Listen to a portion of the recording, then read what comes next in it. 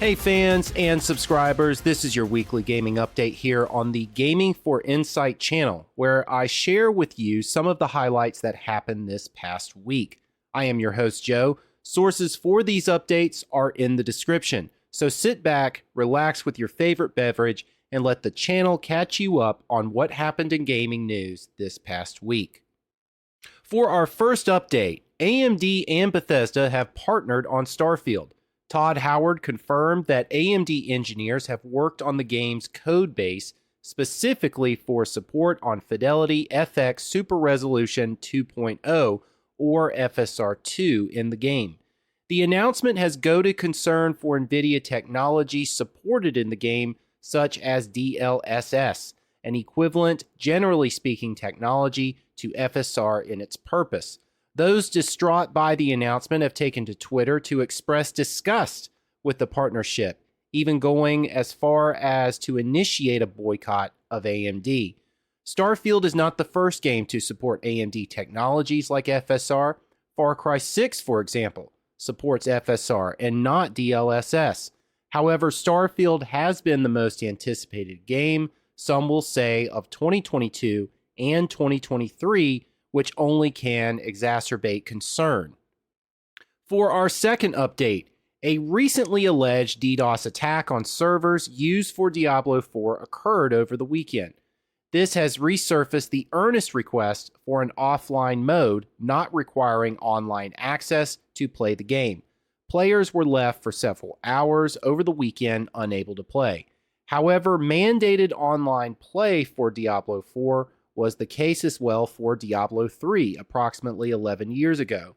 For those fans and subscribers listening to this podcast on YouTube, what do you think of no offline mode for Diablo 4?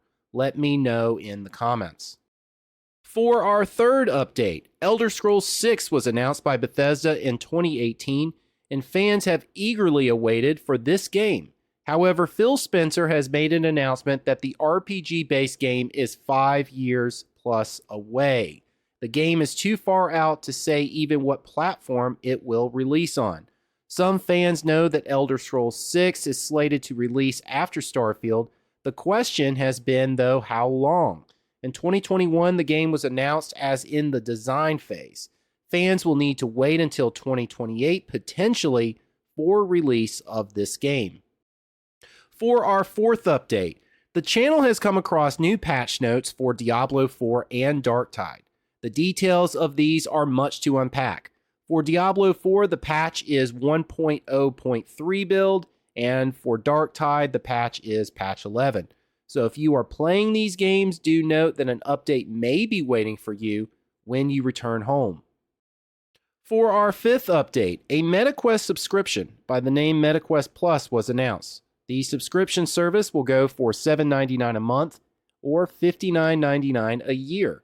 The subscription entails the following: access to 2 hand-picked VR titles, and these titles will stay in the subscriber's library as long as the subscriber remains subscribed. The marketing concept here is to provide 24 games to subscribers at a price of $60 each year, with the first month for $1 if those interested subscribe before July 31st. The potential disadvantage, though, is that subscribers may not like the 2 games provided that month or any that year possibly.